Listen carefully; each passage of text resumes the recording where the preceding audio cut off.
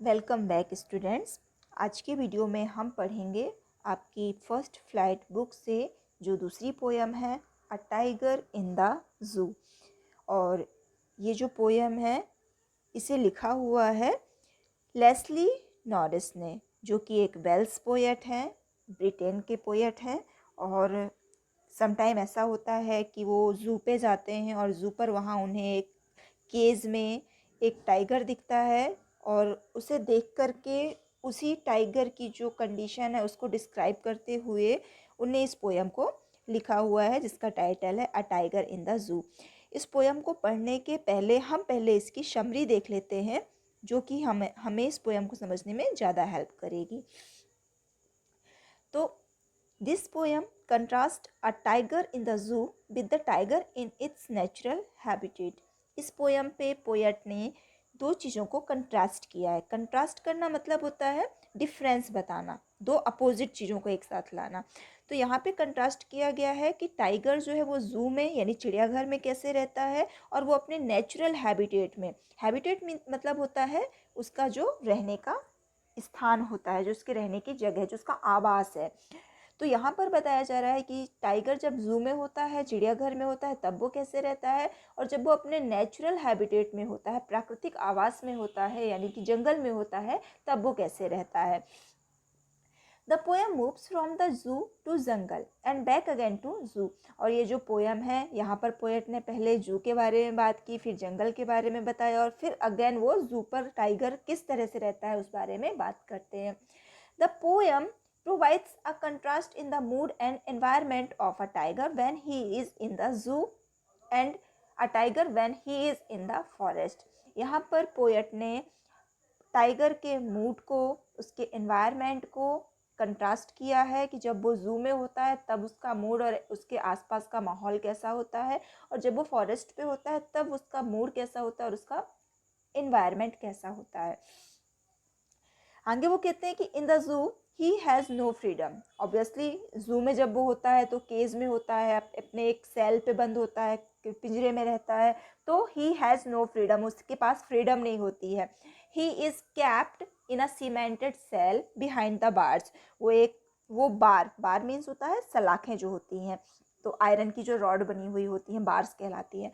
तो बार्स के बिहाइंड, पीछे कैप्ट होता है, रखा हो जाता है एक सीमेंटेड सेल पे। सीमेंटेड सेल मतलब सीमेंट से बना हुआ जो एक बिल्डिंग होता है, छोटा सा एक कोठरी जो होती है, केज भी हम कह सकते हैं इसे। He feels angry, frustrated and helpless. और जब वो इस सीमेंटेड शेल में होता है, केज में होता है, जू में, तो वो कैसा फील करता है? एंग्री, गुस्से में, फ्रस्ट्रेटेड, बिल्कुल असंतुष्ट होता है, और हेल्पलेस, अपने आप को वो हेल्पलेस यानी मजबूर फील करता है। This reminds him of his natural habitat. और जब वो यहाँ पर होता है तो अपने नेचुरल हैबिटेट यानी अपने प्राकृतिक आवास यानी कि जंगल को याद करता है। His hiding and sliding in the long grass near the water hole. जबकि जब वो जंगल में होता है तो वाटर होल के पास, वाटर होल का मतलब है वो जगह जहाँ पर वह पानी पीने के लिए, जो जंगल के जो एनिमल होते हैं जहाँ पर इकट्ठा होते हैं, या तो वो कोई छोटा सा तालाब होता है या जो फॉरेस्ट डिपार्टमेंट है उसके द्वारा बनाया गया एक वाटर होल भी हो सकता है वो। तो जब वो वाटर होल के पास जो ग्रास होती है, जो बड़ी बड़ी घास होती है, लॉन्ग ग्रास जो होती है, उसके पास वो छिपा हुआ होता है। हाइडिंग, हाइडिंग मीन्स छिपा हुआ। स्लाइडिंग यानी एकदम स्मूथली, धीरे से फिसलते हुए जाना। पर यहाँ पे फिसलने का मतलब एक्चुअल फिसलना नहीं है। स्लाइडिंग वर्ड इसलिए यूज़ किया गया क्योंकि वो इतना स्मूथली, इतना स्लोली, इतना आराम से उस ग्रास के बीच से निकलता है कि दूसरे एनिमल को उसके मूवमेंट का पता भी न चल पाए, इसलिए स्लाइडिंग वर्ड आया है। सिंग अपॉन द फैट डियर। और जब वो वहाँ पर वो क्या करता है, वाटर होल के पास जो लॉन्ग ग्रास है वहाँ पर छिप करके बैठता है, और जब वहाँ पर कोई एक फैट डियर, एक मोटा सा हिरण वहाँ पे आता है पानी पीने, तो उस पर पाउंसिंग यानी कि उस पर झपट्टा मारता है, उस पर अटैक करता है। The way he terrorized the villager. Terrorized यानी स्केयर करना, डराना। तो जब वो विलेजर्स, जो फॉरेस्ट से लगे हुए जो गांव होते हैं, विलेजेस होते हैं, वो वहाँ भी पहुँच जाता है और वहाँ रहने वाले लोगों को टेरराइज करता है, उन्हें डराता है। Displaying his sharp teeth and clause. और वो उन्हें टेरराइज कैसे करता है? अपने शार्प टीथ, उसके जो नुकीले दांत होते हैं और जो उसके क्लोज होते हैं, जो उसके पंजे होते हैं, उन्हें डिस्प्ले करके, उन्हें दिखा करके। At night in the zoo, he hears the sound of patrolling cars. जब अब जू पे बात की जा रही है कि जब वो जू में है तो क्या हो रहा है, तो जू में वो क्या करता है, जब होता है तो रात के टाइम पर उसे जो पेट्रोलिंग कार होती है, पेट्रोलिंग कार मतलब जब इस एक पार्टिकुलर एरिया के देखभाल के लिए जो गश्ती लगाई जाती है, जो उधर पे जिनकी ड्यूटी होती है वो वहाँ पे राउंड करते रहते हैं, इसे पेट्रोलिंग बोलते हैं। तो वहाँ जू में एक पेट्रोलिंग कार जो है वो आती है और उसके साउंड को वो सुनता है। The tiger in the zoo appears helpless. जो वो जू पे जब टाइगर है तो वो हेल्पलेस होता है, एकदम मजबूर होता है। He pays no attention to the visitor who came to watch him. और वो विजिटर जो वहाँ पे आते हैं, विजिटर जो देखने वाले लोग उससे आते हैं, दर्शक है ना, जो उसे वॉच करने के लिए आते हैं, तो वो उनकी तरफ कोई भी अटेंशन पे नहीं करता, उनकी तरफ बिल्कुल भी ध्यान नहीं देता है।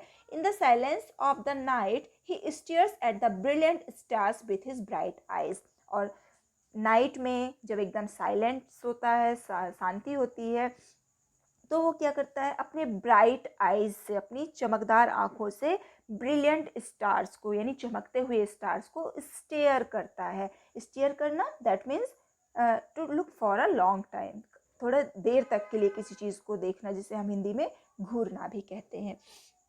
तो इस तरह से ये इस पोएम की समरी थी। अब हम देखते हैं इसका line wise explanation. He stalks in his vivid stripes the few steps of his cage on pads of velvet quiet in his quiet rays. यहाँ पर बात की जा रही है जब टाइगर जू में अपने केज पर, अपने सीमेंटेड सेल के अंदर होता है, पिंजरे के अंदर होता है। तो यहाँ पर बता रहा है कि ही स्टॉक्स, स्टॉक्स मीन्स होता है टू वॉक, और कैसे वॉक करना, लॉन्ग डिस्टेंस नहीं, few step ahead then few step backward, थोड़ा आगे जाना फिर लौट कर वापस आना, देन अगेन इसी प्रोसेस को करना। तो स्टॉकिंग बोलते हैं इसको, चहलकदमी करना। विविड स्ट्राइप्स मतलब उसकी बॉडी पर जो एकदम विविड, क्लियरली जिसको देखा जा सकता है, ऐसी धारियाँ बनी हुई होती हैं, पट्टियाँ बनी होती हैं, उसकी बॉडी पे स्ट्राइप्स होती हैं। और पैड ऑफ वेलवेट क्वाइट, जो यहाँ ये पैड ऑफ वेलवेट क्वाइट आ रहा है कि जो उसके पैर होते हैं ना, वो काफ़ी गद्दीदार होते हैं, कुशन लाइक होते हैं, एकदम सॉफ्ट होते हैं, और उसको कंपेयर किया गया, उसको बोला गया कि वो वेलवेट टाइप से, मखमली हैं। क्वाइट रेज, क्वाइट मीन्स चुपचाप, शांत, स्टिल, और रेज यानी होता है एंगर। तो ये जो न्यू वर्ड है वो इस स्टेंजा में आ रहे हैं। अब हम देखते हैं। He stalks in his vivid stripe, जो टाइगर है उसकी बॉडी पर जो स्ट्राइप्स हैं, जो धारियां हैं, वो एकदम विविड हैं, क्लियर है, क्लियरली उसको देखा जा सकता है। और वो अपने केज में, अपने पिंजरे में, केज मीन्स पिंजरा, उसमें वो द फ्यू स्टेप, थोड़े से कदम आगे चल रहा है और पीछे हो रहा है। इस प्रोसेस को क्या बोला गया, इस मूवमेंट को स्टॉक, इसलिए आया कि ही स्टॉक, वो स्टॉक कर रहा है। द फ्यू स्टेप इसलिए क्योंकि केस के अंदर बहुत ज़्यादा जगह नहीं होती है, तो सफिशिएंट स्टेप तो ले नहीं पा रहा कि बहुत लंबा चल पा रहा है, थोड़ा सा आगे जा रहा है, स्पेस कम है, तो फिर वापस आता है, फिर आगे जाता है, इसलिए आ रहा है द फ्यू स्टेप, थोड़े से कदम चल रहा है वो। और फिर आगे बोला गया on pad of velvet quiet in his quiet rage, और उसके जो पैर हैं वो एकदम पैड की तरह है, कुशन की तरह हैं, जो कि वेलवेट, मखमली टाइप से हैं, और वो क्वाइट एकदम चुपचाप है, और एट द सेम टाइम वो रेज यानी एंगर, गुस्से में भी है। इस यहाँ पे बोला गया क्वाइट रेज, साइलेंट भी है, चुपचाप भी है, बट वो एंगर में, गुस्से में भी है। He should be lurking in shadow sliding through long grass near the water hole where plump deer pass. अब ये जो सेकेंड स्टेंजा है ये बता रहा है कि उसे जब वो जंगल में होता, अपने नेचुरल हैबिटेट में होता, तब वो कैसे होता। ही should be lurking, should be होना चाहिए, है ना। लर्किंग, लर्किंग मीन्स होता है हाइडिंग, छिपा हुआ, उसे किसी शैडो में छिपा हुआ होना था। यदि वो जंगल में होता तो क्या होता, किसी पेड़ की छाया में या किसी चट्टान की छाया में वो लर्किंग, हाइडिंग यानी छिपा हुआ होता। Sliding through the long grass near the water hole. और जो वहाँ पे वाटर होल होता है, जहाँ पे सभी एनिमल पानी पीने के लिए आते हैं, तो उस वाटर होल के पास जो लॉन्ग ग्रास, जो लंबी लंबी घास होती है, वहाँ से वो स्लाइडिंग करते हुए आता। स्लाइडिंग मतलब कि एकदम स्मूथ, धीरे धीरे स्लोली चल कर आता कि दूसरे एनिमल को पता भी नहीं चल पाता है। वेयर प्लम्प डियर पास, और वाटर होल वहाँ पर प्लम्प मीन्स होता है फैटी, मोटा सा। प्लम्प डियर एक मोटा सा वहाँ पे हिरण है जो कि वहाँ से गुजर रहा है या वहाँ पर वाटर होल के पास आया हुआ है, जिस पर वो टाइगर अटैक करने वाला था। He should be snarling around houses at the jungle's edge, wearing his white fangs, his claws terrorizing the village। अब यहाँ पे बता रहे हैं कि जो जंगल्स एज, फॉरेस्ट, जंगल के किनारे जो विलेज होते हैं, जो गांव बसे हुए होते हैं, कभी कभी टाइगर वहाँ भी पहुँच जाता है ना। और वहाँ पर ये क्या करता है, he should be snarling. Snarling मतलब होता है to produce a terrifying sound, डरावनी आवाज़ निकालना, मतलब गुर्राना टाइप से, ताकि जो सामने वाला है वो टाइगर से डरे, स्केयर करना, उसको सामने वाले को डराना। तो वो कैसा क्या करता है, स्नार्लिंग करते हुए, ग्रॉलिंग करते हुए जो विलेज, जंगल की एज, जो जंगल के किनारे जो हाउस बने हुए होते हैं वहाँ पर वो घूमता है। Baring his white fangs, baring मतलब होता है टू शो, दिखाना, और वो अपने वाइट फैंग्स, फैंग्स जो उसका टाइगर का जो लंबा सा टूथ होता है, जो लंबा, तो टाइगर का जो लॉन्ग टूथ होता है वो वाइट कलर का, उसे दिखाते हुए, हिज क्लॉज अपने पंजों को दिखाते हुए, टेरराइजिंग द विलेज, और इस तरह से अपने वाइट फॉन्ग से और अपने क्लॉज से वो सबको क्या करता है, टेरराइज करता है। टेरराइज करना दैट मीन्स डराना, डराते हुए वो घूमता है। But he is locked in a concrete cell, his strength behind bars, stalking the length of his cage, ignoring visitor.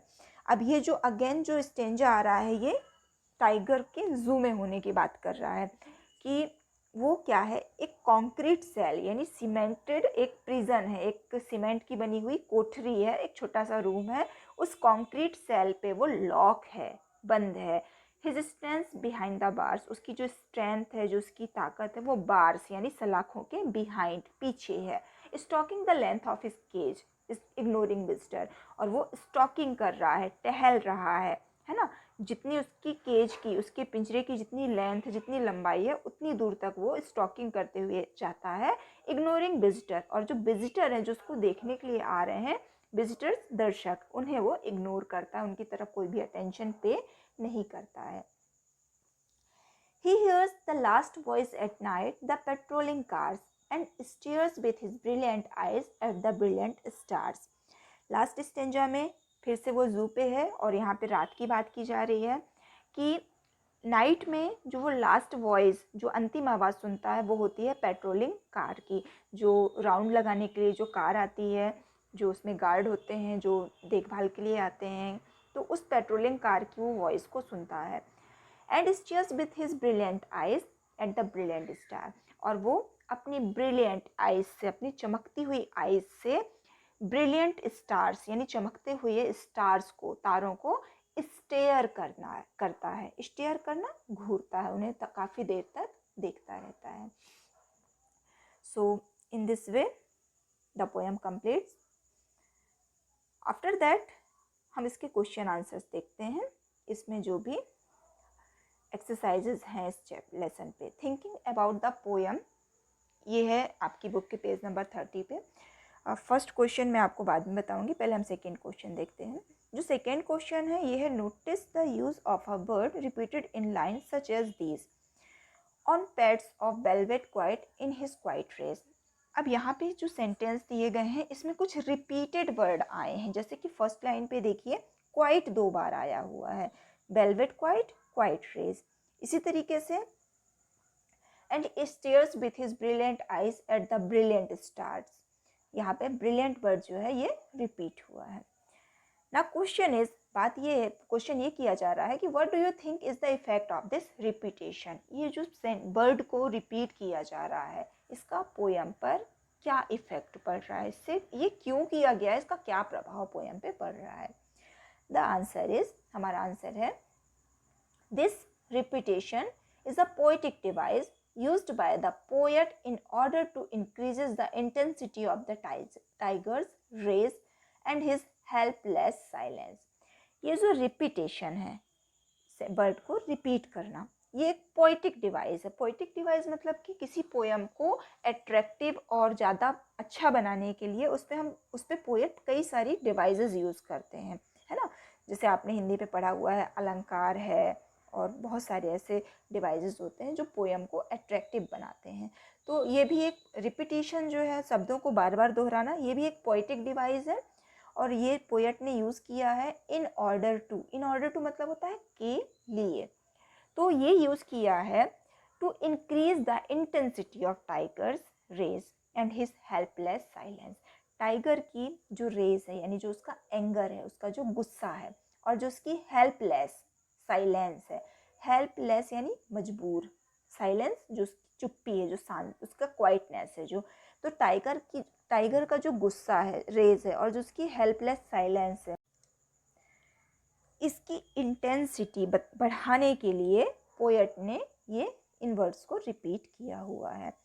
Velvet quiet refers to the quiet velvet pads of the tiger. ये जो velvet quite word आया है, ये refer हुआ है, ये use हुआ है किसके लिए? टाइगर के जो क्वाइट वेलवेट पैड हैं, जो उसके गद्दीदार मखमल की तरह, वेलवेट की तरह जो उसके पंजे हैं, उसके लिए. विच कैन नॉट रन और लीप, जो रन नहीं कर सकते और लीप यानी उछल भी नहीं सकते हैं. They can only walk around the limited space in the cage. ये क्या कर सकते हैं? जो केज के अंदर, पिंजरे के अंदर जो लिमिटेड स्पेस है, थोड़ी सी जगह है, वहाँ पर ये सिर्फ वॉक कर सकते हैं, चल सकते हैं. After that question number 3 is read the following two poems, one about a tiger and the other about a panther. अब यहाँ पे आपकी बुक में दो पोयम दी गई हैं, एक टाइगर के बारे में है और एक पैंथर, चीते के बारे में है. देन डिस्कस, इसके बाद उस पोयम को पढ़ने के बाद आपको डिस्कस करना है और बताना है कि are zoos necessary for the protection और conservation of some species of animal. आपको क्या लगता है कि जू का होना क्या ज़रूरी है एनिमल के प्रोटेक्शन और कंजर्वेशन के लिए?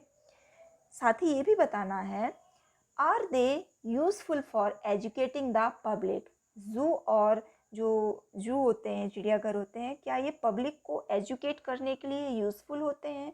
क्या इससे पब्लिक को जो एनिमल्स हैं उनके बारे में कुछ हेल्प मिलती है, उनके बारे में कुछ अंडरस्टैंडिंग डेवलप होती है? ये भी बताना है. और लास्ट में ये भी बताना है कि आर देयर अल्टरनेटिव्स टू जूज. जू की जगह क्या हम किसी और चीज़ को यूज़ कर सकते हैं? क्या किसी और जगह पर हम वाइल्ड एनिमल्स को रख सकते हैं? उसका जू का क्या कोई दूसरा विकल्प या अल्टरनेटिव है? आंसर है, the zoo is very necessary place for some animals. जो जू है, चिड़ियाघर है, वो कुछ एनिमल के लिए बहुत ही नेसेसरी प्लेस है, ज़रूरी जगह है. एज, क्योंकि दे कुड बी हंटेड और poisoned by some wild food. क्योंकि जो वाइल्ड एनिमल हैं, हो सकता है कि दे कुड बी हंटेड, हो सकता है कि उनका शिकार हो जाए. हंटेड यानी शिकार होना. और पॉइजन, हो सकता है कि किसी वाइल्ड फूड को खाने से, किसी जंगली चीज़ को खा लेने से उन्हें पॉइजन, जहर लग जाए, इस तरह से उनकी डेथ हो सकती है. इसलिए जू का होना ज़रूरी है. हाउएवर, फिर भी अ जू is not the correct substitute for a forest. लेकिन फिर भी जो जू है वो फॉरेस्ट का, जंगल का करेक्ट सब्सटीट्यूट यानी सही विकल्प नहीं है. इन अ जू an animal would feel caged. क्योंकि जू में क्या होता है, जो एनिमल है वो केज्ड यानी कि अपने आप को कैद महसूस करता है, फील करता है. For this reason wild life sanctuaries and national parks have been set up. इसी रीज़न से, इसी कारण से जो वाइल्ड लाइफ सेंचुरीज हैं और जो नेशनल पार्क हैं उन्हें सेटअप किया गया है. क्योंकि यहाँ पर जो एनिमल होते हैं वो जू की अपेक्षा ज़्यादा फ्रीडम से, ज़्यादा लिबर्टी के साथ घूम सकते हैं. अब जो फर्स्ट क्वेश्चन ये था, read the poem again and work in pairs और group to do the following task. अब यहाँ पे आपके पास कुछ टास्क हैं जो आपको करने हैं. जैसे कि फर्स्ट है, find the words that describe the movements and action of the tiger in the cage and in the wild. Arrange them into 2 columns. Poem से उन मूवमेंट और उन एक्शन को फाइंड करना है जो कि या तो केज में थे या वाइल्ड जंगल में थे, और उन्हें क्या करना है, 2 कॉलम पे अरेंज करना है। तो एक कॉलम में आपको लिखना है कि इन केज, जब वो केज में है, पिंजरे में है, तब उसका एक्शन कैसा है, और जब वो वाइल्ड यानी अपने नेचुरल हैबिटेट जंगल में है तब कौन से मूवमेंट उसके होते हैं। तो हमने पोयम पे देखा हुआ था, जब वो केज में है, पिंजरे में है, तो कौन कौन से मूवमेंट वो कर रहा है, स्टॉकिंग कर रहा है, few step of his cage, ये बता रहा है कि वो केज में है, क्वाइट है, क्वाइट रेज, चुपचाप गुस्से में है वो, locked in concrete cell, concrete की एक सेल पे यानी कोठरी में, वो सीमेंटेड कोठरी में लॉक्ड है, stalking the length of his cage, जो उसके केज की जितनी लेंथ है, जितनी लंबाई है, वहाँ पर वो स्टॉक कर रहा है, इग्नोरिंग विजिटर, जो विजिटर उसको देखने आ रहे हैं उन्हें वो इग्नोर कर रहा है, he hears the last voice stairs at the brilliant star, last voice को सुनता है रात में और ब्रिलियंट स्टार्स को स्टेयर करता है। तो ये जो मूवमेंट हैं, ये जो उसके एक्शन है, ये केज में है, तो उसको हमने अलग कर दिया, केज की तरफ लिख दिया। अब हम देखते हैं कि वाइल्ड में, जंगल में उसके एक्शन कैसे होते हैं। लर्किंग इन द शेडो, किसी शेडो के पीछे छिपना, ये इसका जंगल का एक्शन था। Sliding through the long grass, ऊंची लंबी लंबी ग्रास से धीरे से गुजरना। स्नार्लिंग अराउंड हाउसेज, जो आसपास जंगल से लगे हुए जो घर थे वहाँ पर स्नार्लिंग करना यानी ग्रॉलिंग करना। Baring his white fangs his claws, अपने वाइट टूथ, नुकीले दांतों को और अपने पंजों को दिखाना। टेरराइजिंग द विलेज, और गांव के लोगों को टेरराइज करना, डराना। तो ये जो मूवमेंट है ये उसके वाइल्ड यानी कि जंगल में हो रहे हैं।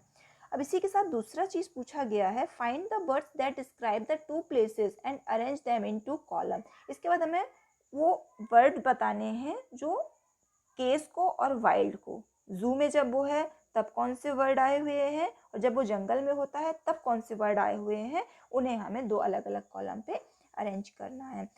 तो ये हमारा आंसर है। हमने एक तरफ केज लिखा और एक तरफ लिखा वाइल्ड। जब केज में होता है, जू में होता है, तब कौन से वर्ड आए हुए हैं और वाइल्ड में कौन से आए हैं ये बताना है। तो few steps of his cage, locked, concrete cell, behind वार्ड्स, विजिटर, पेट्रोलिंग कार्ड्स, ये जो वर्ड्स हैं ये हमें बता रहे हैं कि वो केज में है। Similarly shadow, long grass, water hole, plump deer, houses at jungle's edge and village, ये जो वर्ड हैं वो बता रहे हैं कि जो लॉयन है वो वाइल्ड यानी जंगल में